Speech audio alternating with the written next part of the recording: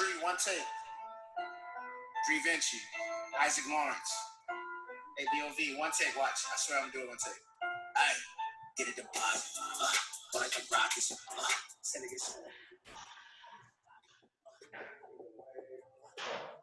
All right. What's up? We are here in the Man Cave Experience, as we call it. And first of all, I just want to give a little shout out to Avery Harden, who has been willing to let us use some of his new music on his album Illuminate. You can find his music best found on youtube.com/Avery Harden, Avery Harden, just like it sounds, Harden. So check him out. He's going to be part of our episodes as we come up, just kind of playing some of the background music from his album. So check that out. But equally important is the experience we've come to enjoy every week. Myself, Cedric Edison, and we've got a special guest tonight that I will have Cedric introduce. But I'm just, as always, just so honored to be here in this space that Cedric and I have committed ourselves to. We respect speaking about last time about, coming up on a year when we actually, kind of came up, actually my son kind of came up with this idea to have this channel and for us to continue our relationship that we kind of entered into through our coaching careers, and just thought, creating the space where men can be men, we can be vulnerable, we can be authentic, we can be, talk about topics like death, fatherhood, all these different things that oftentimes men don't feel that either it's their place to talk about, or just don't have another man in their life where they feel like they can just be that authentic man. So I'm feeling fantastic, just ready to rock and roll. And first and foremost, I'm going to introduce my partner, Cedric Edison, who's always amazing as he is, and just let him do a little introduction for our special guest tonight. Man, you got to cut that out, man. You always make me blush, man. Every beginning I'm blushing. Golly. And introduce the topic. Appreciate it. Hey, how y'all doing? Welcome back to the Man Cave Experience. As always, man, it's a pleasure. It's humbling to be here with y'all. Thank you for tuning in. Returning listeners, new listeners. Man, but I'm super stoked today, man, because I got my homeboy, my dog, my investment. Don't get their expectations too high. Oh, man. Modesty's not your thing, man. You.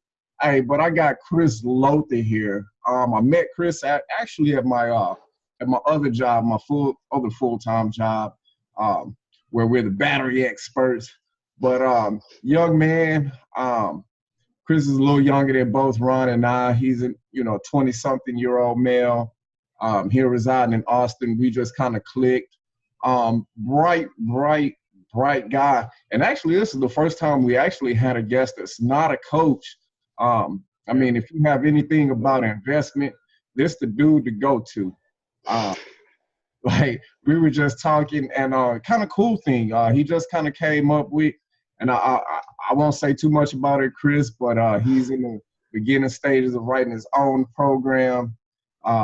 Just a wonderful all-around cat, man. And I was talking to Chris. We've been talking about the show a little bit, and I just like his style, his charisma, very articulate. And it was just kind of interesting to me to present it to somebody outside of the coaching realm to see what another man that's not a coach and a younger man living in the world today what things would come up in his mind when we talked about vulnerability. So that's what we're going to be covering today. But, hey, I want to let Chris introduce himself, put a couple of words out there. What's going on, man? Glad to have you. Thank you. Nothing much is going on, as usual. But, yeah, I mean, it's kind of cool. It's cool to be here. There's not really much that I could say about myself that's important anyway, that hasn't already been covered. I got some, I guess, a younger generation perspective on certain topics. Right. And partially Cedric brought up this topic, Chris. I just kind of, obviously we've talked about this in the past. It was one of our early, might have been our first. Was that our first episode, Ced? Yeah, very first one. and a lot's changed in our lives. You know, Cedric's a father, you know, I'm a father, I've been a father, but just I'm moving forward in my life. Things change around us. I'm sure things for you, Chris, have changed. So I'm calling this episode Vulnerability 2.0, partially because it's our updated version, but also just kind of you as a 20-year-old. I think, you probably have a lot of things that you may or may not be aware of that is inside of you. And we want to be able to obviously be able to experience that vulnerable side, and mainly because it allows you to be that version of yourself that maybe you're more hesitant to share, and maybe look to yourself on areas that you feel comfortable with, that you want to be able to express yourself. You want to be able to, show your feelings, be vulnerable with not only women, but men and just people in life, and just sharing that part of you. So I'm interested, when we talk about the topic of, being vulnerable, when would you feel at this point? I know you said there's not a whole lot to share, which I would disagree. We're going to hopefully get lots of things to share from you. When do you feel, Chris, that today, as we speak, you're at your most vulnerable? Are you feeling the most vulnerable in your life? Probably at this current time, not this particular moment, but this point in my life where I don't have a safety net with my family, and this plays into my perspective on masculinity and vulnerability. But I feel like, I'm a man now, and I am confused. There's some stuff that needs to be figured out, and I'm kind of roughing it because I didn't really. There's a bunch of things that I feel that a dad should teach his son, things that my dad did not teach me. Mm-hmm. So I would not fault him for that. He just never got around to it, I suppose. But it's forced me to look a lot at society and gender dynamics and things like that, and try and kind of piece things together for myself. But that's kind of a very vulnerable time for me, I would say, because it's like I'm bare in my honesty. I'm going to try things, see what sticks, see what doesn't. So when you feel that sense of allowing yourself to be vulnerable, is it something that others make it difficult to share that part of you, or is it more you, or is it a combination of kind of your own insecurities as well as how others may perceive or experience that? I think it would be mostly an intrinsic thing, like my own insecurities, because I'm trying to figure out what's what. So I'm the one who's scared, It's not, I wouldn't blame other people for that. I think it's just, I need to figure myself out mostly, and what I think my role as a man in society is. So that then when I can have more of that self-assurance, I think that would be the solution. And I think and I'll turn it over to Ced, because I know he's got lots of wisdom and good questions to ask. But just the fact that you're here on this channel, putting yourself out there, and we never know. I mean, we have, I think, 36 subscribers now, which we're excited about. That's great for us, knowing we're just a year into it. And we don't know how many other people out there might just listen in from time to time and aren't subscribers. So just the fact that you're here right now with us, putting something out there into the universe that's anybody could listen to. I mean, I think that's, if you haven't really kind of taken a step back and really thought about just that commitment to here with us now, I applaud you for that. Thank you.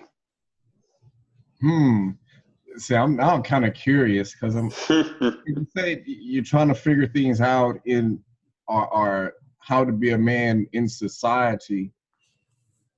Like, cause sometimes I'm a little confused when, like, what you guys are going through, the younger generation, cause we have our programming that we've been through. I've been in the military. Ron has been at his job forever and a day, getting ready to come up on something new. And just as a younger dude coming up in the world, like, one, how do you view or how does society shape being a man for you? And how do you look at that?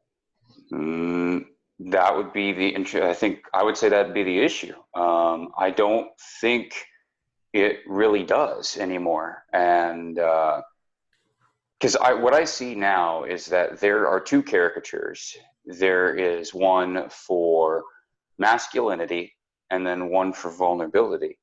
And I think how I see it as an interplay. There's an interplay between the two that I think shapes a man.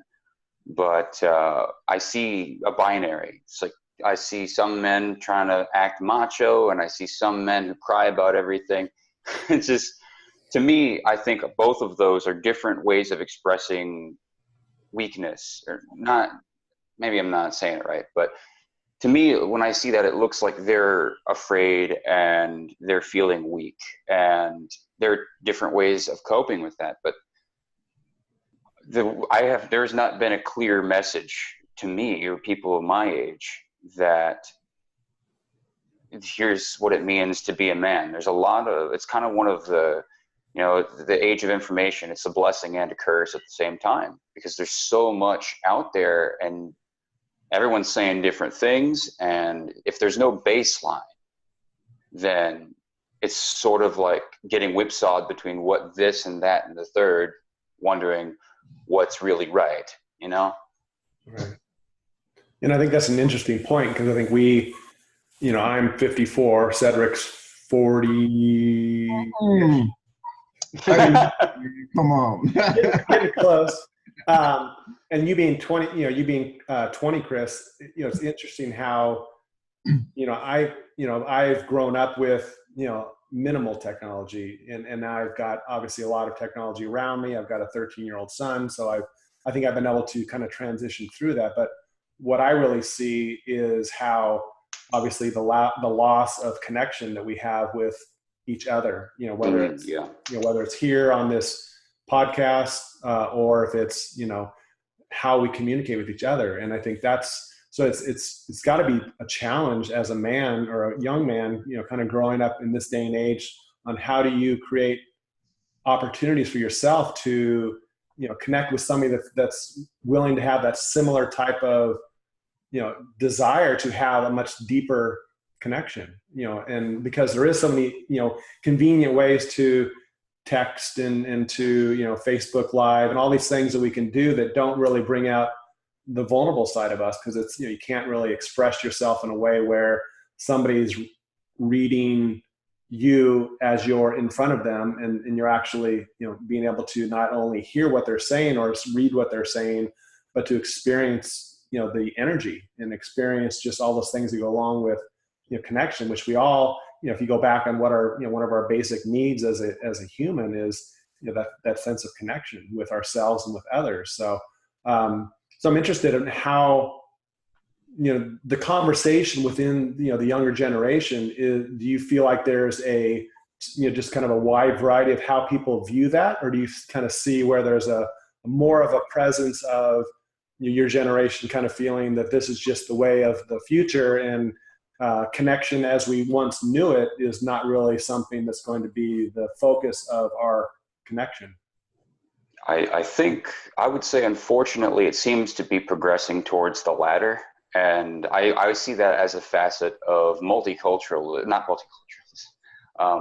postmodernism is the word I was looking for, where it's one of those nothing's really right anymore. Nothing's right, nothing's wrong. And I'm losing my train of thought. It seems to me that as we progress more in this digital age, there's not as much going on between us, because you look at people like the Amish, who they don't do phones. They have their own self-segregated community where they all do everything together. Everything is interpersonal connections, and love them or hate them, there's that's a really positive thing in my eyes, is people still looking at each other face to face, getting to know each other, because things about communicating online are really fake.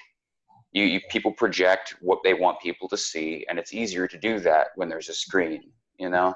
So you don't really get the authenticity when you try to interact with people online, which is one of the reasons I've stayed off of Facebook, because it's all fake. It's all fake. And you don't get to know who a person is on there. You get to know who they want you to think they are. Only really meeting them is going to teach you who they are, because that's the raw, unadulterated version of them that they can't doctor. And to me, that's how you really meet people. But we're losing the ability to do that, because it's kind of like I feel like as a society, we're kind of regressing on that front. Mm-hmm. And even being in the presence of somebody else and not even having a verbal communication, just that sense of each other's energy, you know, is almost equally or even more powerful than a conversation. Just, you know, that essence of ourself that, you know, which is much bigger than any of us, that we connect at that level to where it's just, you know, those things that very few of us spend time in this day and age. You know, I mean, I think obviously it starts with ourselves and how we connect with ourselves and then kind of conduct our, you know, how we live our life. But, you know, how do we as men, especially, you know, allow ourselves to, I wouldn't say seek out, but allow space in our life for those individuals to kind of appear or to show up and give that, you know, opportunity to grow with them. You know, I think part of the issue would be, while I don't initially have an issue with people kind of just doing their own thing, as I'm focusing more on men in this case, even if, you know, all sorts of men are different, you know, you live the way you want to live, but I don't think that our biology has changed, or the way that men and women interact with each other, for example. Right. So, you know, like generally speaking, I would say women value things like confidence in a man. That doesn't have to mean bravado. I mean, like, confidence in yourself and who you are and what you believe in. Right. But the issue is that I feel that is starting to be juxtaposed with some of these messages of what I don't think is really vulnerability, but rather a pseudo vulnerability, where you're encouraged to me, some of it is just straight up just wanting men to just be weak. And it's like, I don't think that's what vulnerability is. I think vulnerability is coping with hard things, by being open about them instead of bottling it up and turning it into a threat to you. Mm-hmm. But I feel that those things are clashing, because things about that are essential to things like masculinity, like confidence in yourself, don't jive with weakness, which is the pseudo vulnerability I was referencing. You're answering my questions before I can even ask them. I'm like, oh man, okay. You just answered two questions. I'm like, okay, wheels get to turning. Man, hey, I can feel that. I can feel that. Just out of curiosity, do you feel like there's anything that's holding you back from being vulnerable at times? Probably the lack of knowledge on how to be more self-confident.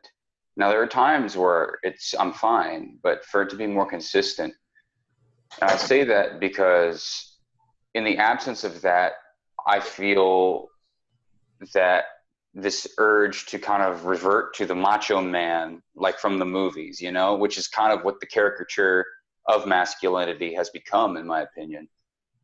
And when I'm doing this, you know, it's not authentic me, but it's sort of like if you're putting on any kind of act and you don't want people to notice that, so you feel compelled to continue it, and by virtue of that, then you can't be open about whatever is going on in the situation, because you've already established that you're going to be this macho guy, even though I don't really believe that any man is truly 100% macho like that. I mean, we're sure there are bouts of it, but to me, it looks like it's more of a mask that you put on. And when you put on that mask, it's at the sacrifice of being vulnerable. And in my case, I think that's mostly when I would have trouble being open and honest with people.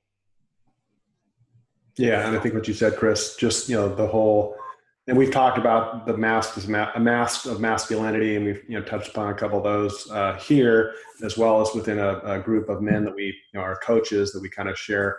But I think it's true. I mean, we don't oftentimes understand how we can be ourselves, and how that allows others to not feel like they need to put on these masks. So the more we can be authentic and be real, irregardless of how others may feel or judge or respond to how we are, I think we all want that. So I think men typically will do the ego-driven kind of response or activity that makes them feel what they want others to see, versus they oftentimes, if you really dug deep and asked that deeper question of is that something that they want, I feel like most of those men would say, yeah, I wish I had the balls or the the desire to kind of step up and do something like that, but I don't feel like I can do it, or I feel like I'm going to be judged.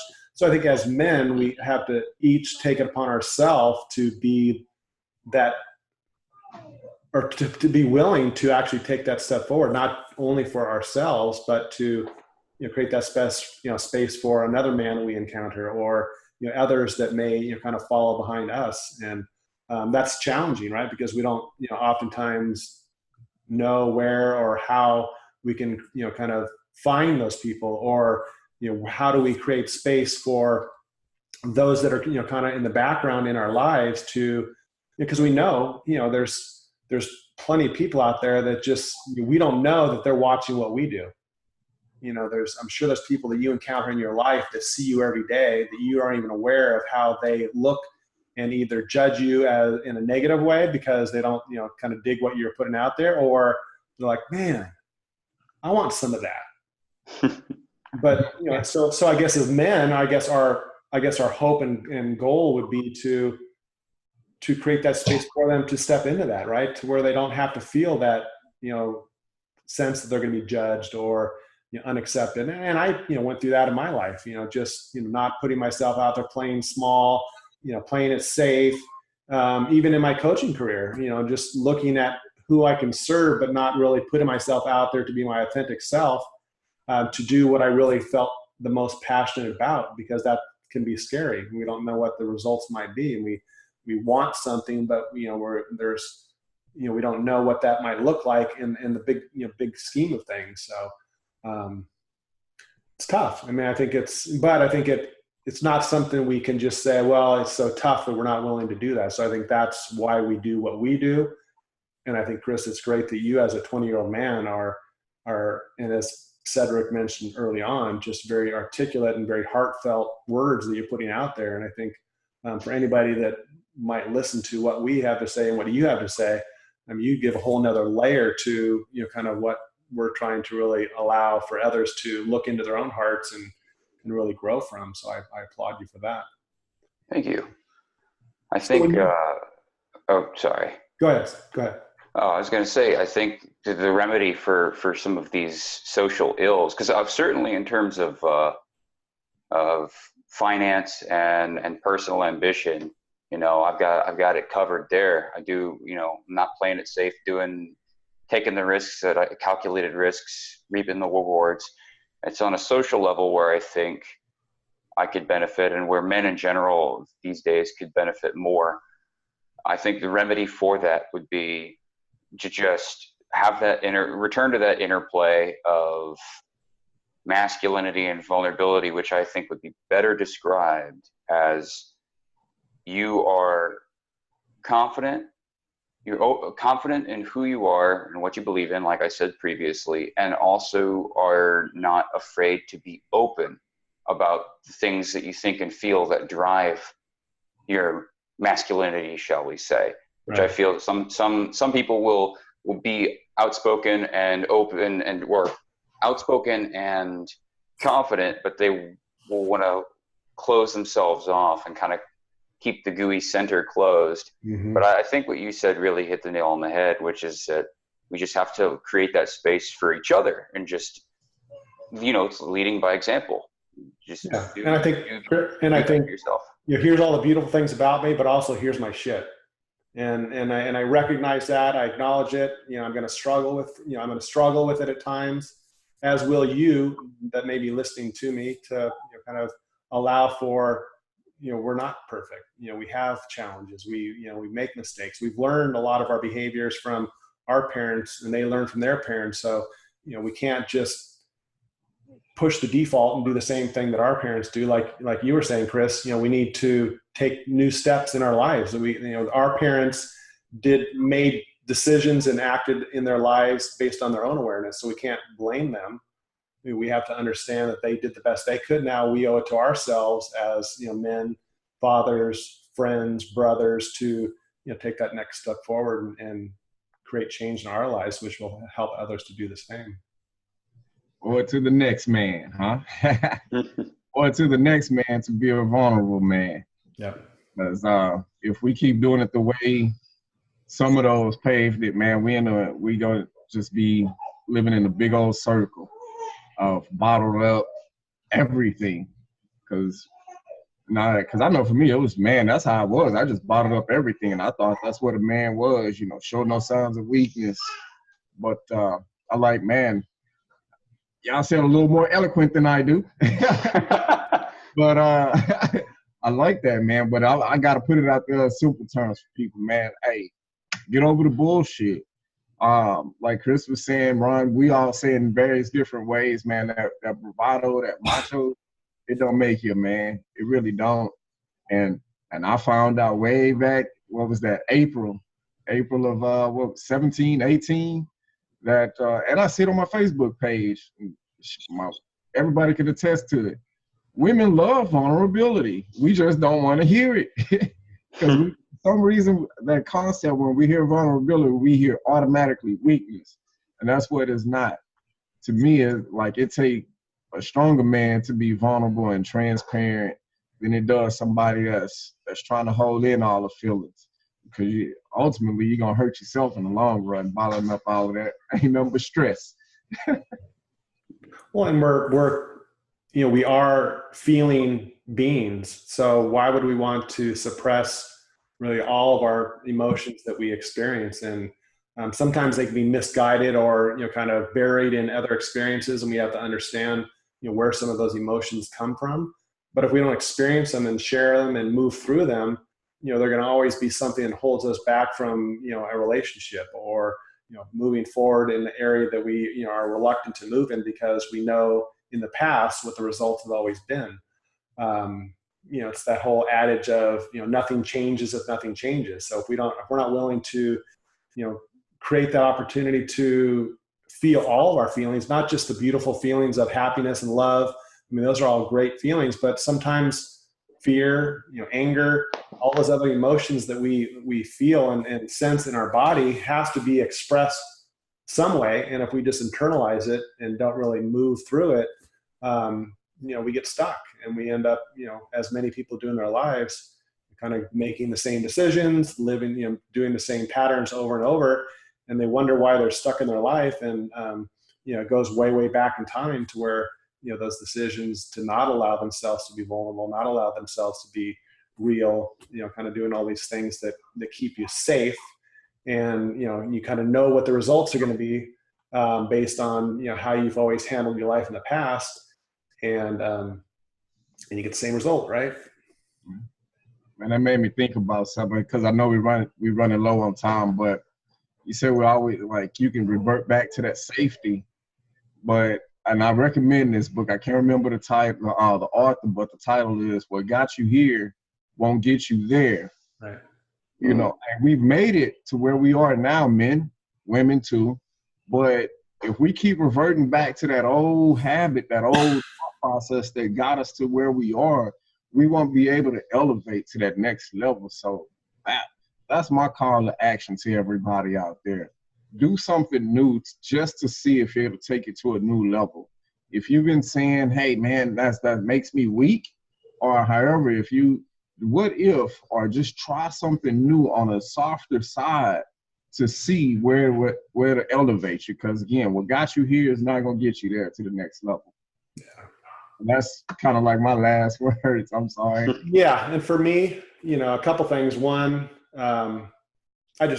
every time we do this, I just love the fact that we commit ourselves to this time and space to be this. And I think, Chris, we've always, and Cedric probably shared with you, if all that comes out of this is just him and I having a conversation, or with others, once a week, and we are able to push these topics through our own mindset and experiences and to be able to grow from that, then we've done our job. But for you, I'm going to say my goodbyes and kind of give you the last opportunity in closing to share anything else that you're feeling. But a question I'd like you to maybe answer, or to a statement maybe to make to those that may be listening. What would you say to somebody in your life that's your age, to push them forward in their life to really be that vulnerable, authentic, especially men? What might you say to an individual that comes to you and says, Chris, what can I do to be more like you and be that, that man that I feel like you are in your life?